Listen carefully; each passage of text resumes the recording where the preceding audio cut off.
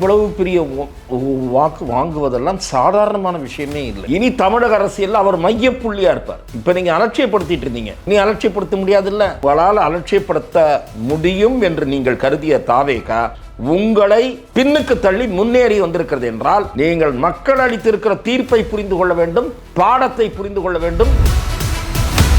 பெரும்பான்மை அப்படிங்கிறதுக்கு வந்துட்டு 118 வேணுங்கிற பட்சத்தில் இன்னும் அந்த இடத்த நோக்கி வந்துட்டு தாவேகா நகரில் அப்படிங்கிறத பார்க்க முடியுது.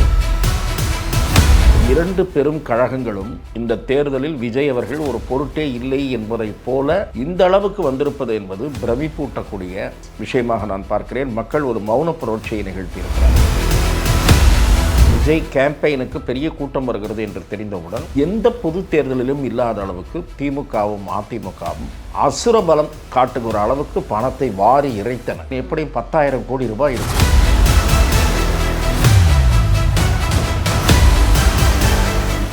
ஸோ தற்போது நம்மிடையே மூத்த பத்திரிகையாளர் திரு துக்ளக் ரமேஷ் அவர்கள் தான் இணைந்திருக்கிறார்கள். வணக்கம் சார். வணக்கம். ஸோ காலிலேருந்து நிலவரம் வந்துட்டு எப்படி நீங்கள் எதிர்பார்த்த மாதிரி இருக்கா இல்லை வேறு மாதிரி இருக்கா, எப்படி எடுத்துக்கிறீங்க இந்த ரிசல்ட்டை? நான் அதிகபட்சமாக 40 தொகுதிகளுக்கு மேல் வருவதற்கு வாய்ப்பில்லை என்று தான் நினைத்திருந்தேன். இந்த அளவுக்கு வந்திருப்பது என்பது பிரமிப்பூட்டக்கூடிய விஷயமாக நான் பார்க்கிறேன். மக்கள் ஒரு மௌன புரட்சியை நிகழ்த்தி இருக்கிறார்கள். வாக்காளர்கள் அதுவும் எந்த மாதிரியான சூழலில் என்று சொன்னால், கிட்டத்தட்ட ஒரு 4 நூற்றாண்டு காலத்திற்கு மேல் ஆண்ட ஒரு கட்சி, அதிக முறை ஆண்ட கட்சியான அதிமுக, அதே போல் பவள விழா கண்ட கட்சியான திராவிட முன்னேற்றக் கழகம், இரண்டு பெரும் கழகங்களும் இந்த தேர்தலில் விஜய் அவர்கள் ஒரு பொருட்டே இல்லை என்பதை போல அவரை அலட்சியப்படுத்த நினைத்தார்கள். கரூர் சம்பவத்திற்கு பிறகு இவ்வளவுதான் விஜய் வீழ்ந்து விட்டார் என்று கணக்கு போட்டார்கள். அப்படியும் இல்லை, விஜய் அதற்கு பிறகும் விஜய் போகிற போது கூட்டம் வருகிறது என்று தெரிந்தவுடன் இளைஞர்கள் விசிலடித்து கொண்டிருக்கிறார்கள், இளைஞர்கள் பெரும் ஆரவாரத்தோடு இருக்கிறார்கள் என்று தெரிந்தவுடன், விஜய் கேம்பெயினுக்கு பெரிய கூட்டம் வருகிறது என்று தெரிந்தவுடன், நான் உங்களிடம் ஏற்கனவே தெரிவித்திருக்கிறேன், தமிழக அரசியல் தேர்தல் வரலாற்றில் இதுவரை இல்லாத அளவுக்கு நானும் சில பொது தேர்தல்களில் களத்தில் இருந்து பயணித்து மக்கள் கருத்தை அறிந்து வந்திருக்கிறேன். எந்த பொது தேர்தலிலும் இல்லாத அளவுக்கு திமுகவும் அதிமுகவும் அசுர பலம் காட்டுகிற அளவுக்கு பணத்தை வாரி இறைத்தன. நான் ரஃபாக ஒரு எஸ்டிமேட் போட்டேன், எப்படியும் 10,000 கோடி ரூபாய் இருக்கும். வாக்காளர்களுக்கு இவர்கள் ரெண்டு கட்சிகளும் கொடுத்த தொகை 10,000 கோடி ரூபாய் இருக்கும். பரிசு பொருட்கள் இருக்கும். ஏராளமாக இந்த பணமெல்லாம் வீணாக போய்விட்டது என்று சொல்லக்கூடிய அளவுக்கு வாக்காளர்களுக்கு தான் போச்சு. ஆனால் இவர்கள் விரும்பியது அந்த பணத்தை செலுத்தி வெற்றி, அந்த வெற்றியின் மூலம் மீண்டும் ஊழல் என்பதுதான் இவர்களது இலக்காக இருந்தது. ஆனால் மக்கள் இந்த முறை மிக தெளிவாக பணத்தை வாங்கி கொண்டு விட்டு விஜய்க்கு போட்டு விட்டார்கள் என்பதுதான் இந்த ரிசல்ட் காட்டுகிறது. 2.5 கோடி ஓட்டுகள் எண்ணியதில் 90 லட்சம் விஜய் வாங்கியிருக்கிறார். இன்னொரு 2.4 கோடி எண்ண வேண்டி இருக்கிறது. அப்படி எண்ண வேண்டி இருக்கிற இதில் 1 கோடி வைத்து கொண்டாலும் கூட இவ்வளவு பெரிய வாக்கு வாங்குவதெல்லாம் சாதாரணமான விஷயமே இல்லை. ஆகவே தமிழ்நாட்டு மக்கள் பெருவாரியாக விஜய் தான் ஆட்சிக்கு வர வேண்டும் என்று வாக்களித்திருக்கிறார்கள். அதே போல் நானும் சில பொது தேர்தல்களை தொடர்ந்து பார்த்திருக்கிறேன். இந்த 2 மணி வரை வாக்கு எண்ணிக்கை பல தொகுதிகளில் முடிவு வராத சூழல் என்பது, மிக பெரும்பாலான தொகுதிகளில் முடிவு வராத சூழல் என்பது இதுவரை இருந்ததில்லை. ஸோ இப்படி ஒரு கடும் போட்டி நெருக்கடி ஏற்படுத்தி இருக்க ஒரு தேர்தலாக இருக்கிறது. எனக்கு தெரிந்து மாலை 5 மணிக்கு கூட கிளியராக அந்த நம்பர்ஸ் வந்து விடுமா என்பது புரியவில்லை. இது ட்ரெண்டு, இப்போது ட்ரெண்டு தான் போடுகிறார்கள். அந்த ட்ரெண்டே கொஞ்சம் மாறி இருக்கிறது. நான் ஒரு அரை மணி நேரத்திற்கு முன் ஒரு தொலைக்காட்சியில் இருந்து பேசி கொண்டிருந்த போது, அப்போது திராவிட முன்னேற்றக் கழகம் ட்ரெண்டில் முன்னணி நிலவரத்தில் 3வது இடத்தில் இருந்தது. இப்போது அது 2வது இடத்திற்கு நகர்ந்திருக்கிறது. ஆனால் ஒரே ஒரு விஷயம் எனக்கு பெரிய வியப்பு என்னென்னா, மக்கள் ஒரு கட்சியை ஆதரிப்பது என்றால் அது எந்த அளவு ஆதரிக்கிறார்கள் நம்ம ஒன்று பார்க்கணும். மாண்புமிகு முதலமைச்சர் திரு மு.க. ஸ்டாலின் அவர்கள் அவருடைய தொகுதிக்கு ஏராளமான பணிகளை செய்திருக்கிறார். அந்த குளத்தூர் தொகுதிக்கு அவருடைய காலத்திலே பல வளர்ச்சி பணிகள் நடைபெற்றிருக்கின்றன என்பதை மறுக்கவே முடியாது. ஆனால் அந்த வளர்ச்சி பணிகளை தாண்டி விஜய் வர வேண்டும் என்ற விருப்பத்தில் மக்கள் வாக்களித்திருக்கிறார்கள். அது என்ன ஆயிற்று, அதனுடைய ரிசல்ட் எங்கே போய் முடிகிறது என்றால் மு.க. ஸ்டாலின் பின்தங்குகிறார் என்று அது முடியும். அவருடைய சர்வீஸே கவுண்டில் எடுத்துக்கொள்ளப்படவில்லை. ஆனால் ஆட்சி கவுண்டில் எடுத்துக்கொள்ளப்பட்டிருக்கிறது. அங்கே நீங்கள் வந்து நான் அதுதான் முதல்லேருந்து சொல்லி கொண்டிருக்கிறேன். விஜய்க்கு என்னுடைய ஆதரவை நான் வந்து அதாவது அவர் மிக கணிசமான வாக்குகளை பெறுவார் என்று நான் நீண்ட நாட்களாக சொல்லி வருவதனுடைய அடிப்படை அம்சம் என்ன என்றால், இந்த ஆட்சி அதிகாரம், கூட்டணி பலம் இதெல்லாம் கணக்கு கிடையாது. விஜய் தனியாக நிற்கிறார், இதெல்லாம் கிடையாது. மக்கள் எதை பார்க்க போகிறார்கள்? இந்த லா அண்ட் ஆர்டர் மோசமாக இருப்பது, பெண்களுக்கு பாதுகாப்பு இல்லாமல் இருப்பது, குற்றங்களின் எண்ணிக்கை பெருகி இருப்பது, இந்த மூன்றுக்கும் காரணமாக போதை கலாச்சாரம் இருப்பது. ஸோ இது வாக்காளர்களை தாக்கத்தை ஏற்படுத்தி இருக்கும் என்று நான் பார்க்கிறேன். உங்களுக்கு வந்து விஜய் அதை ஹைலைட் பண்ணார். இவர்களுடைய இலவச அறிவிப்புகள் ஈடுபடாமல் போயிருக்கின்றன, அதையும் நீங்கள் பார்க்கணும். இவர் தேர்தலுக்கு ஜஸ்ட் அறிவிப்பு டேட் வர்றதுக்கு, எலெக்ஷன் டேட் வர்றதுக்கு ஜஸ்ட்டு 2 நாள் முன்னாடி, 1 வாரம் முன்னாடி முதலமைச்சர் என்ன பண்ணுறாரு, 10,000 ரூபாயை எல்லாருடைய அக்கௌண்ட்லேயும் போட்டார்.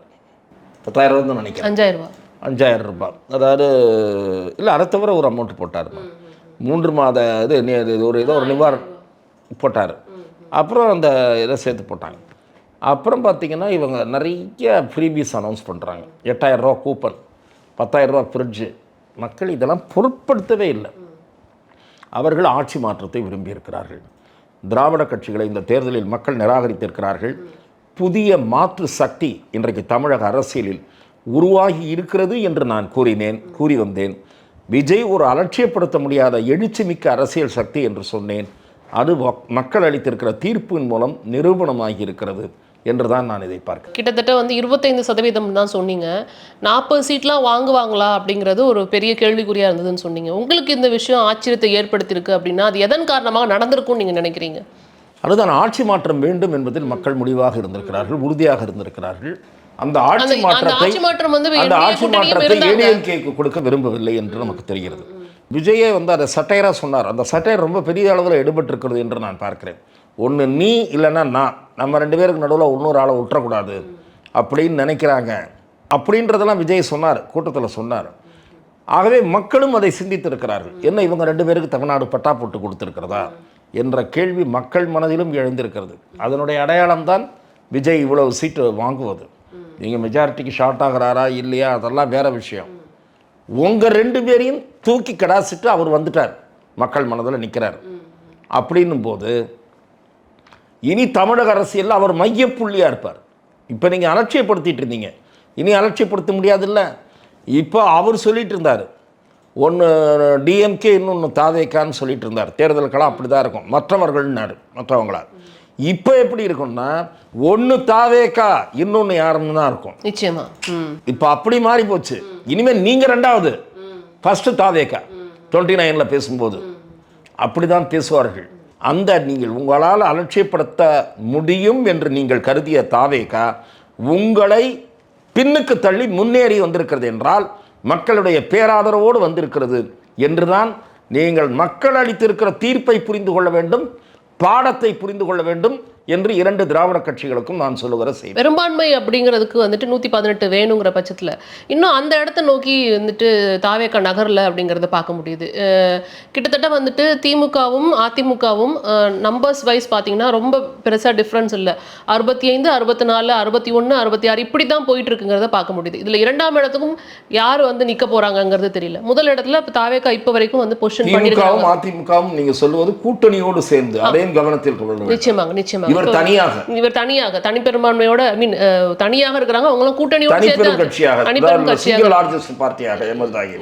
நிச்சயமா இவருக்கு கடைசியாக நான் ஒரு யூகத்தில் சொல்லுகிறேன், ஒரு 10 சீட்டு ஷார்டேஜா வருதுன்னு இப்போதைய ட்ரெண்ட். ஆமா, இப்போ வந்து கிட்டத்தட்ட வந்து 110க்குள்ள அவங்க இருக்கிறாங்கங்கறத பார்க்க முடியுது. அப்படின்னா ஒரு 8 சீட்டு ஷார்டேஜ். எனக்கு தெரிந்த அந்த 8 சீட்டை ஸ்மாலர் பார்ட்டி சீட்டு அவர் எடுத்துருவாரு. அது எப்படி சாத்தியப்படும்? இப்ப இங்க வந்து அதிமுக கூட்டணி கட்சியோடயோ இல்ல வந்துட்டு திமுகவுடைய கூட்டணி கட்சிகளோடயோ இல்ல அதிமுகவுடைய கூட்டணி வைக்க வாய்ப்பு இருக்கா? இப்ப அடுத்த கேள்விதான் போயிட்டு இருக்கு. ஏன்னா பெரும்பான்மை கிடைக்கலங்கிற பட்சத்துல யார் கூட ஒரு கூட்டணி வைப்பார் அப்படிங்கிற கூட்டணி வைக்க வேண்டியது இல்லைம்மா. கவர்னர் நியாயமாக திரு விஜய் அவர்களுக்கு தான் அழைப்பு எடுக்க வேண்டும். தனிப்பெரும் கட்சி எதுவோ அதற்கு அழைப்பு விடுக்க வேண்டும். அழைப்பு விடுத்து அவர் ஆட்சி அமைக்க அழைப்பு விடுத்து 1 வாரம் அல்ல 15 நாட்கள் அவகாசம் அளிக்கப்படும். மேக்ஸிமம் 15 நாள் அவகாசம் அளிப்பார்னு நினைக்கிறேன். ஃப்ளோர் டெஸ்ட்டு அதில் நீங்கள் பேரவையில் நிரூபிக்க வேண்டும், சட்டப்பேரவையில் உங்களுடைய பெரும்பான்மையை நிரூபிக்க வேண்டும்.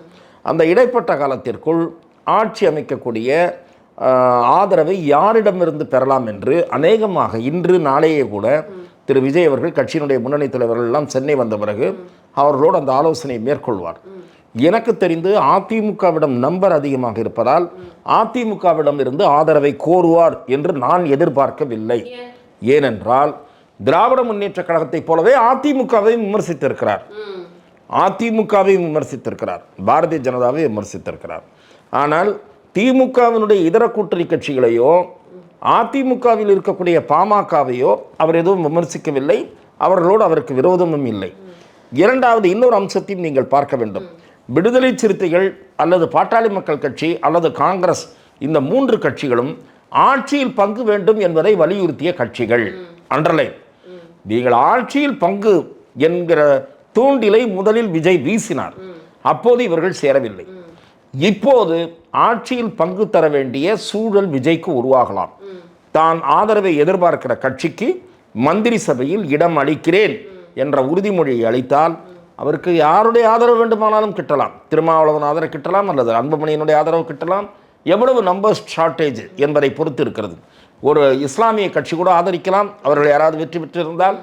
ஆகவே அவர் பெருங்கட்சியிடம் ஆதரவை நாடாமலேயே ஆட்சி அமைக்கக்கூடிய சூழல் உருவாகும் என்று தான் நான் பார்க்கிறேன். அப்படின்னா பெருங்கட்சியோட ஆதரவு இல்லாமனா நம்மளுக்கு எடுத்தோன்னே எல்லாத்துக்கும் என்ன தெரியும்னா, திமுகவோட கூட்டணி அமைத்திருக்கக்கூடிய காங்கிரஸோ இல்லை விசிகாவோ இல்லை லெஃப்டோ சிபிஎம் சிபிஐ அந்த மாதிரி கட்சிகள், அதே மாதிரி அதிமுகவோட கூட்டணி அமைச்சிருக்கக்கூடிய கட்சிகள், இவங்க கிட்ட எடுப்பாரா? இல்லை இன்னுமே சொல்ல போனால் தனியாக இப்போ கிருஷ்ணசாமி அவர்கள்லாம் இருக்கிறாரு, அந்த மாதிரி ஆட்கள் கிட்ட இருந்து எடுப்பாரா? வெற்றி பெற்று இருப்பதாக எனக்கு தெரியல. இல்லை முன்னிலையில் இருந்தாரு, இப்போ என்ன நிலைமைங்கிறது தெரியல. நான் சொல்லுவது, காங்கிரஸ் கட்சி இந்த தேர்தலில் விஜயுடன் சேராமல் திமுகவுடன் போவதாக எடுத்த முடிவு இருக்கிறது அல்லவா, அது ராகுல் காந்திக்கு பிடிக்காத முடிவு. காங்கிரஸ் கட்சி என்னை பொறுத்தவரை வரலாற்று பிழையை செய்துவிட்டது என்று நான் சொல்லுவேன். ஏனென்றால் காங்கிரஸ் கட்சியும் தாவேகாவும் கைகோர்த்திருந்தால் 180 இடங்களுக்கு மேல் அந்த கூட்டணி வெற்றி பெற்றிருக்கும். மீதி 50 தொகுதிகளைத்தான் திமுகவும் அதிமுகவும் பங்கு போட்டுக் கொள்ள வேண்டிய சூழல் உருவாகி இருக்கும். கன்ஃபார்ம் கூட்டணி ஆட்சி வந்திருக்கும். கன்ஃபார்ம் கூட்டணி ஆட்சி. இப்போ இங்கே இருக்கக்கூடிய செல்வ பெருந்தகை, ப. சிதம்பரம் போன்றவர்கள் இந்த கூட்டணி உருவாகாமல் கெடுத்தவர்கள். காங்கிரசின் நாசப்படுத்தியது இங்கே இருக்கக்கூடிய ஒரு கும்பல், திமுக ஆதரவு கும்பல். அந்த கும்பலுடைய அந்த கும்பல் மீது இப்போ ராகுல் காந்திக்கு கடும் கோபம் இருக்கும். ஆகவே எனக்கு தெரிந்து காங்கிரஸ் இமீடியட்டாக காங்கிரஸ் சார்பில் எலெக்ட் ஆகிறவர்களில் சிலரோ அல்லது ஏற்கனவே தாவேகாவுடன் சேர வேண்டும் என்று விரும்பிய காங்கிரஸ் நிர்வாகிகளோ இப்போது குரல் கொடுக்கக்கூடும் ராகுல் காந்தியிடம். நாம் தாவேகாவை ஆதரிப்போம், வெளியில் இருந்தோ மந்திரி சபையில் சேர்ந்தோ நாம் லெட்டர் கொடுப்போம் என்று சொல்லக்கூடிய சூழல் உருவாகலாம். ஆகவே அதை நாம் பொறுத்து இருந்து தான் பார்க்க வேண்டும். அப்படி ஒரு சூழல் உருவாக வாய்ப்பு இருக்கா? அப்படி ஆதரிக்கிறதுக்கு அவங்க தயாராக இருப்பாங்கன்னு நீங்கள் நினைக்கிறீங்களா? அதுக்கு திமுக இங்கே விடுவாங்களா? இல்லை திமுகவை சார்ந்த காங்கிரஸ் கட்சிக்காரர்கள் உள்ள இருப்பாங்களா? அது மாதிரி ஆட்கள் விடுவாங்களா? திமுகவை சார்ந்த காங்கிரஸ் கட்சி செல்வ பெருந்தகை பின்தங்கி இருக்கிறார். ஆகவே அவர் சட்டசபைக்கு போகவே போவதில்லை. அது ஒரு நல்ல செய்தி. போவதில்லை நல்ல செய்தி என்று சொன்னால், காங்கிரஸில் இருக்கக்கூடியவர்கள், நான் சொல்கிறேன், அவங்க என்கிட்ட இன்னைக்கு காலையில் ஒருத்தர் பேசினார், அவர் தான் கெடுத்தவர் அப்படின்னு என்கிட்ட சொன்னார். தாவேகாவோட சேர்ந்துருந்தோம்னா 4 மந்திரி கன்ஃபார்மு, 40 எம்எல்ஏ கன்ஃபார்ம், 50 சீட்டு தாவேகா கிட்ட 40 சீட்டு கொடுத்துருப்பாங்க, 35 பேர் ஜெயிச்சிருக்கலாம். அந்த வாய்ப்பை கெடுத்தவர் செல்வ பெருந்தகையும் ப. சிதம்பரமும் என்று என்னிடத்தில் இன்றைக்கு காங்கிரஸ் பிரமுகர் ஒருவர் ஒரு மணி நேரத்துக்கு முன்னாடி பேசும்போது சொன்னார். அந்த அளவுக்கு காங்கிரஸ் கட்சிக்குள் வெறுப்பு இருக்கிறது. அப்ப அதை தாண்டி வருவாங்களான்னு தான் கேட்கிறேன். இப்ப ப. சிதம்பரம் அவர்கள் போய் பேசினார் அப்படிங்கிறது நம்மளுக்கும் தெரியும். அப்போது செலுத்திய அழுத்தம் வேறு. அந்த அழுத்தத்தை கேட்டு எடுத்த முடிவு தவறாக போய்விட்டது என்றால் அந்த தவறை திருத்திக் கொள்வதற்கு அவர்கள் முன் வரலாம் என்றுதான் நான் பார்க்கிறேன். அதுக்கு ஈவன் காங்கிரஸ் இடம் கொடுப்பாங்களா? இல்லை, அதுதான் தெரியல. ஈவன் காங்கிரஸ் இல்லை என்றாலும் Vijay will form the government. அவருக்கு சிறிய கட்சிகளின் ஆதரவு கிடைத்துவிடும் என்றுதான் நான் பார்க்கிறேன். எனக்கு அந்த சிறிய கட்சிகள்னு சொல்லும் பொழுது தான் ஒரு கிளாரிட்டி இல்லாத மாதிரி ஒரு தோணும். சிறிய கட்சிகள்னா எந்த கட்சிகளை எடுத்துக்கலாம்? நம்ம இப்ப இவங்களோட கூட்டணி வச்சாங்களே, கிட்டத்தட்ட 23 அது முடிவுகள் முழுமையாக தெரிந்த பிறகுதான் தெரிய வரும். விசிகாவோ பாமகவோ இன்னும் 1-2 கட்சிகள் இருக்கின்றன, மனிதநேய மக்கள் கட்சியோ அல்லது வேறு கட்சிகள் அல்ல, அவருக்கு எவ்வளோ ஷார்ட்டேஜ் வருதுன்றதை பொறுத்து இருக்குமா? இப்போ அவருக்கு கொஞ்சம் காங்கிரஸினுடைய தயவும் தேவை என்றால் அநேகமாக திரு விஜய் அவர்களே ராகுல் காந்தியிடம் தொலைபேசியில் பேசக்கூடும். நடக்காது என்று நாம் கூற முடியாது. சற்று நேரத்திற்கு முன் தொலைக்காட்சியில் நான் ஒரு விவாதத்தில் பார்த்தேன். திரு பிரவீன் சக்கரவர்த்தி அவர்கள் ராகுல் காந்தி விரும்பினார், இந்த கூட்டணி உருவாக வேண்டும் என்று விரும்பினார், அது எனக்கு நன்றாக தெரியும் என்று சொன்னார். விஜய் மீது அவருக்கு ஒரு அன்பு இருக்கிறது என்று தெரிவித்தார். ஆகவே திரும்பவும் அந்த ரிலேஷன்ஷிப் மறுபடியும் ரெனியூவல் செய்யப்படலாம், புதுப்பிக்கப்படலாம். அதன் மூலம் காங்கிரஸுடன் விஜய் கட்சி. ஆனால் நீங்கள் கூறியது போல திமுக இந்த தேர்தலில் இப்போதான் முடிந்திருக்கிறது, உடனே காங்கிரஸ் இந்த பக்கம் நகருமா என்று கேட்கிறீர்கள். அப்படி நகர்ந்தால் திமுகவுக்கு ஒரு பெரிய நோஸ்கட்டாக இருக்கும். உங்களோடு இருந்தவர்கள் அடுத்த நிமிடம் போய் விஜயுடன் சேர்ந்தால் திமுகவுக்கு அது பின்னடைவு என்றுதான். இது இன்னொரு தடவையோடு பொருத்தி பார்க்க வேண்டியது இருக்கு. ஏன்னா கடந்த 2 நாட்களாக பார்த்தா திரு வைகோ அவர்களாக பேசினதா இருக்கட்டும், இல்லை சிபிஐலேருந்து பேசினதா இருக்கட்டும், திரு விஜய் அவர்களுக்கு ஸ்லைட்டாக ஒரு எட்ஜ் கொடுத்து அவங்களுக்கு ஒரு ஆதரவு மனப்பான்மையோட பேசினாங்க. கண்டிப்பாக அவர் ஒரு பெரிய தாக்கத்தை ஏற்படுத்துவார் அப்படிங்கிற விஷயத்தெல்லாம் அவங்க முன்னாடி செய்தியாளர் முன்னாடி பேசினாங்கிறத பார்க்க முடியுது. அப்போ அவங்க நிலைப்பாடை மாற்றுறதுக்கு இங்கே வாய்ப்பு இருக்கா? கம்யூனிஸ்டுகளை பொறுத்தவரை என்ன வாய்ப்பு குறைவு என்று பார்க்கிறேன். ஆனால் வைகோவுக்கு ஏதோ ஒரு 2 எம்எல்ஏ இருந்தான்னு வச்சுங்க, அவர் ஆதரிக்க இல்லை, மதிமுகவுக்கு இல்லை அப்படின்னும் போது அது வாய்ப்பு இல்லை.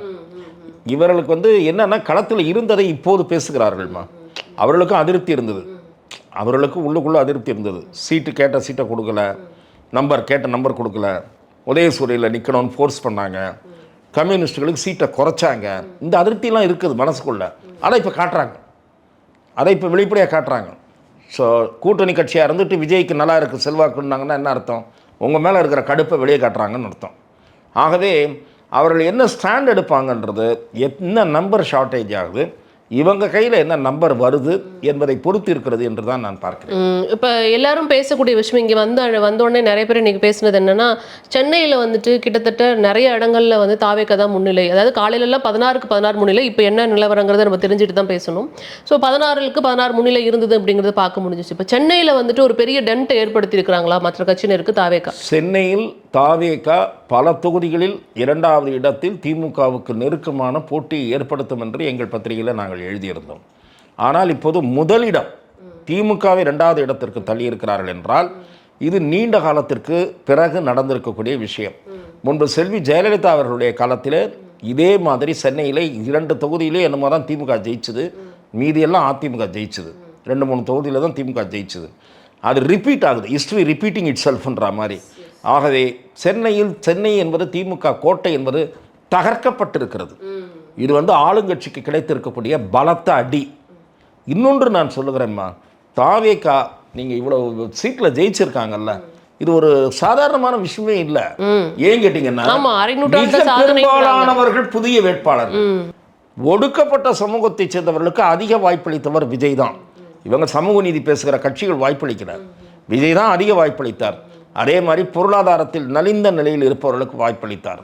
பல தொகுதிகளுக்கு அவர் சென்று பிரச்சாரமே செய்யலை. இப்படி இருக்கக்கூடிய அவர் சூழலையும் இவ்வளவு பெரிய வெற்றியை பெற்றிருக்கிறார் என்றால் இந்த 2 கட்சிகளும் ஆழ்ந்து பரிசீலிக்க வேண்டும். நீங்கள் மிதப்பில் இருந்திருக்கிறீர்கள், அதிகார போதையில் இருந்திருக்கிறீர்கள். ஆனால் அந்த போதையை தெளிய வைத்திருப்பவர் விஜய் என்று நான் பார்க்கிறேன். நிச்சயமா. ஸோ அடுத்ததான் சில இடங்களில் வெற்றி யாருக்கு வந்திருக்கு அப்படிங்கிறத நம்மளால் பார்க்க முடியுது. குறிப்பாக திருச்சியில் எடுத்துக்கிட்டோம் அப்படின்னா திரு கே நேரு அவர்கள் திருச்சி மேற்கில் வெற்றி பெற்றிருக்கிறாரு அப்படிங்கிறத நம்மளால் பார்க்க முடியுது. தாம்பரம் தொகுதியில் தாவேக்கா வெற்றி பெற்றிருக்கு, தூத்துக்குடியில் தாவேக்கா வெற்றி பெற்றிருக்கு, மதுரையில் வெற்றி அடைஞ்சிருக்கிறாரு அப்படிங்கிறத பார்க்க முடியுது. கிட்டத்தட்ட மதுரை தெற்கில் தாவேக்கா வெற்றி அடைஞ்சிருக்குன்னு பார்க்க முடியுது. ஸோ ரிசல்ட்ஸ் கொஞ்சம் கொஞ்சமாக வர ஆரம்பிச்சிருச்சு. இந்த நம்பர்ஸில் சேஞ்சஸ் இருக்கும் நீங்க நினைக்கிறீங்களா? இப்போ 109, 66, 59 இருக்கு இப்போ கரண்டா, அதுதான் சிச்சுவேஷன். சோ இது நம்பர் சேஞ்ச் ஆகுங்கிறத பார்க்க முடியுமா? சேஞ்ச் ஆவதற்கு வாய்ப்பு இருக்கு. நான் தான் உங்களுக்கு சொல்றேன், யாருக்கு ஏறும் யாருக்கு இறங்கும் இந்த இடத்துல அப்படி அதை நான் எடுத்துக்கணும். இல்ல, அதிமுகவுக்கு கணிசமாக இறங்கி இருக்கிறது. ஆகவே அதிமுகவுக்கு ஏறுமான்றதுல தான் எனக்கு சந்தேகம். ஆமா ஆமா, விஜய் அண்ட் திமுக மத்தியில் தான் அந்த ஏற்ற இறக்கங்கள் இருக்கும் என்று நான் பார்க்கிறேன். அப்ப காலையில இருந்து கிட்டத்தட்ட அதிமுக தான் 2வது இடத்துல இருந்தாங்க. இப்ப திமுக அந்த இடத்துக்கு வந்திருக்காங்க. அந்த இடத்தை அவர்கள் தக்க வைத்துக் கொள்வார்கள் தான் நான் எனக்கு தோணும். அப்ப திமுக தான் மாற்று எதிர்க்கட்சியா இருக்கும் அப்படின்னு எடுத்துக்கலாம். அடுத்த கூட்டணி கட்சிகளை கழித்து விட்டு பார்த்தால் திரு மு.க. ஸ்டாலின் அந்த தலைமையிலான திமுக தான். ஆனா ஸ்டாலினே எதிர்க்கட்சியா சட்டசபைக்கு எதிர்க்கட்சி தலைவராக போக முடியாத நிலை வந்து விடுமா என்பதும் நமக்கு தெரியல.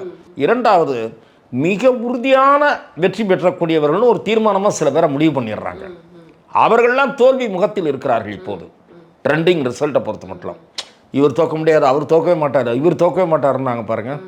அவங்களாம் இந்த தடவை தோல்வியை தழுவுவார்கள் என்கிற சூழல் ஏற்பட்டிருக்கு. அப்படி யாரு நீங்க நினைக்கிறீங்க? இப்போ ஃபார் எக்ஸாம்பிள் வந்துட்டு மதுரை மத்தியில் எடுத்துக்கிட்டோம்னா பிடிஆர் பழனிவேல் தியாகராஜன், அது மாதிரி திருவரம்பூர்ல திரு அன்பில் மகேஷ் வந்து உண்மையிலே சொல்ற ஒன்றும் கெட்ட பேர் இல்லாதவர் தான்.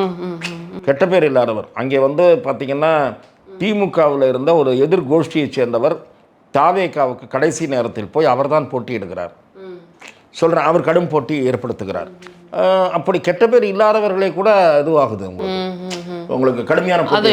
அதாவது ரொம்ப வித்தியாசம் இல்லை அன்பில் மகேஷ் அவர்களுக்கும் தாவேகா வேட்பாளருக்கும் ரொம்ப வித்தியாசம் இல்லைங்கிறது பார்க்க முடியுது. கிட்டத்தட்ட ஒரு 1000 வாக்குகள் வித்தியாசத்துல தான் வந்துட்டு முன்னிலை பார்க்கணும். ஆனா அவங்கெல்லாம் ட்ரையல்ல இருக்கிறாங்கன்னு பார்க்கும்போது இல்ல, அவங்கெல்லாம் அந்த மாதிரி வந்து ஒரு கடும் போட்டியை சந்திக்க வேண்டி இருப்பதே ஒரு துரதிருஷ்டவசமான நிலைன்ற அது தாவேகா உருவாக்கிய தாக்கம் எழுச்சி என்று நான் கிட்டத்தட்ட வந்துட்டு கரண்ட் மினிஸ்டர்ஸ் 21 பேர் கிட்ட வந்துட்டு ட்ரையல்ல இருக்காங்க. ஆமா ஆமா ஆமா. அது வந்து ஒரு சர்ப்ரைசிங் நியூஸ்ன்றேன். அவங்களாம் சாதாரணமாக செலவு பண்ணலை. ஓட்டுக்கு 1000 ரூபா கொடுத்த மினிஸ்ட்ரியும் தெரியும், 5000 ரூபா கொடுத்த 3000 ரூபா கொடுத்தவங்களையும் தெரியும் எனக்கு. அப்படி இருந்தும் சில பேர் ஆல்ரெடி ரொம்ப ட்ரைலிங் பிஹைண்டாக போயிட்டாங்க. ஆனால் காலையிலேருந்து திரு செந்தில் பாலாஜி அவர்கள் வந்துட்டு முன்னிலையில் தான் இருக்கிறாருங்கிறத பார்க்க முடியுது. நீங்கள் தொடர்ந்து வந்து வாக்குக்கு வந்துட்டு காசு கொடுக்கறத வந்து தடுக்கணும், அதுக்கான ஒரு முற்றுப்புள்ளியாக அந்த எலெக்ஷன் இருக்கணும் அப்படிங்கிறத சொன்னீங்க. அப்போ அந்த இடத்துல என்ன பிளே ஆயிருக்கு? இல்லை, அவர் தேர்தல் களப்பணியில் ரொம்ப கடுமையாக பண்ணுவார். அங்கே வந்து பணம் எடுபட்டிருக்கான்றது எனக்கு புரியல. பணமும் பரிசு பொருட்களும். ரெண்டாவது அவர் தீவிரமாக சுற்றிக்கிட்டே இருப்பார், ஓய்வு இல்லாமல் சுற்றிக்கிட்டே இருக்கக்கூடிய ஒரு அவர் தான் கரூரில் ஜெயிக்க வைக்கணும்னு நினச்சார். அவர் தான் கரூருக்கும் இன்சார்ஜாக இருந்தார். ஆனால் கரூர் டிஎம்கே ட்ரைலிங் பிஹைண்ட் நான் நினைக்கிறேன். ஆமாம், கரூரில் விஜயபாஸ்கர் அவர்கள் தான் முன்னிலையில் இருக்கிறார். அதனால் எதுக்காக நான் சொல்கிறேன்னா, நீங்கள் பணம் வெற்றியை தேடித்தரும் என்பது முற்றுப்புள்ளி மிக விரைவில் வரும் என்று இந்த தேர்தல் எனக்கு உணர்த்துகிறது. கிட்டத்தட்ட வந்துட்டு 80 லட்சம் வாக்குகளை கடந்து தாவேகா வந்து போயிட்டு 90 லட்சம் வாக்குகளை கடந்து பெற்று மேபி அது வந்து அடுத்தடுத்து என்னோட நம்பர்ஸ் வந்துட்டு 80-85 லட்சம் சொல்றாங்க. 98,76,000. ஆமா, இப்போ கிட்டத்தட்ட வந்து 1 கோடி வாக்குகளை நெருங்கிட்டு இருக்காங்கிறத பார்க்க முடியுது. இன்னும் அதிகரிக்கும், நிச்சயமா அதிகரிக்கும். இதை எப்படி எடுத்துக்கலாம் சார்? இது வந்து கடந்த 50 வருஷத்துல வந்து ஒரு புது கட்சிக்கு இல்ல அப்படிங்கிற மாதிரி சொல்றாங்க. எந்த கட்சிக்கும் இல்லை. நீங்கள் வந்து திரு விஜயகாந்தை விட இவர் எழுச்சி பெற்று வருவார் என்று நான் உங்களுக்கு அளித்த நேர்காணலில் சொன்னேன். 3 மடங்கு வாக்குகள் அதிகமாக பெறுவார் என்று நான் உங்களுக்கு அளித்த நேர்காணலில் சொன்னேன். ஆனால் சில ஊடகவியலாளர்கள் விஜயை கிண்டல் செய்தார்கள், பரிகாசம் செய்தார்கள். இவர் வந்து பாக்யராஜ் சிவாஜி மாதிரி ஆவாரே தவிர இவர் ஒன்றும் எம்ஜிஆர் மாதிரி ஆக முடியாதுன்னு சொன்னாங்க. நான் எம்ஜிஆருடன் ஒப்பிட முடியாது என்று தான் நானும் கூறினேன். ஆனால் விசில் புரட்சியை முதல் தேர்தலிலேயே விஜய் ஏற்படுத்தி விட்டார். அந்த வகையில் மக்கள் திலகம் எம்ஜிஆரை போல மக்களுடைய ஆதரவை இவர் பெற்றிருக்கிறார் என்பது நிரூபணமாகி இருக்கிறது. நிச்சயமா சார். ஸோ அடுத்த கட்டம் எப்படி நகருது அப்படிங்கிறத அடுத்தடுத்த நேரத்தில் தான் பார்க்க முடியும். ஈவினிங் வந்து ஒரு 4 மணிக்குள்ளே எல்லாருமே தெரிஞ்சிருமா இல்லை எப்படி? எனக்கு தெரிந்து 4 மணிக்குள் தெரிய வாய்ப்பில்லை. ஆமாம், மாலை 6 மணி அந்த நேரம் வரை போகலாமோ என்று தான் எனக்கு தோன்றுது. அதுக்கப்புறம் வந்துட்டு அந்த நம்பர் மேஜிக்கல் நம்பர் வந்து 118 வந்துட்டு டிவிக்கு டச் பண்ணாதான் அடுத்த கட்டமாக என்னங்கிறத யோசிக்க முடியும். அப்படி இல்லைன்னா அதுக்கு இன்னும் 2 நாள் நான் பேச வேண்டும். அது இன்னும் 2 நாள் பொறுத்து இருக்கணுமா? இல்லை 2 நாள் பொறுத்து இருக்க வேண்டாம். முடிவுகள் தெரிந்த பிறகு. ஆனால் தமிழ்நாட்டில் இங்கே இருக்கக்கூடிய ஆளுநர் இங்கே இல்லாதனால மேதக ஆளுநர், கேரளா ஆளுநர் இங்கே பொறுப்பு ஆளுநராகத்தான் இருக்கார். நம்முடைய நேரம் என்னன்னா அங்கேயும் எலெக்ஷன் நடக்குது. So he should be present there also. ஏன்னா இது அடிஷ்னல் ரெஸ்பான்சிபிலிட்டி தான். தேர்தல் நடக்கிற நேரத்தில் முன்கூட்டியே இங்கே ஆளுநரை நியமித்திருந்தால் நன்றாக இருந்திருக்கும். ஆகவே மேதக ஆளுநருடைய முடிவு அந்த மாதிரி ஒரு 1-2-3 நாள் அவகாசம் இருப்பது விஜய்க்கு நல்லது. விஜய் அவரது கட்சி நிர்வாகிகள் எம்எல்ஏக்களை கூட்ட ஆலோசனை பண்ணுறது, முக்கியஸ்தர்கள்கிட்ட பேசுறது, மாற்றுக் கட்சியில் எந்த கட்சிகிட்ட ஆதரவை பெறலாம் என்ற முடிவெடுப்பது, அதற்கான நேரம் அவருக்கு கிடைக்கும் என்று நான் பார்க்கிறேன். இப்போ பாஜக வந்து என்ன நிலைப்பாடு எடுப்பாங்க? சப்போஸ் வந்துட்டு இந்த மாதிரி நம்பர்ஸ் வந்து கம்மியாக இருக்குங்கிற பட்சத்தில் அவங்க கிட்ட ஏதாவது ஒரு 1-2 வெற்றி இருந்ததுன்னா மறுபடியும் பேச்சுவார்த்தைக்கு போவாங்களா தாவேகாவோட?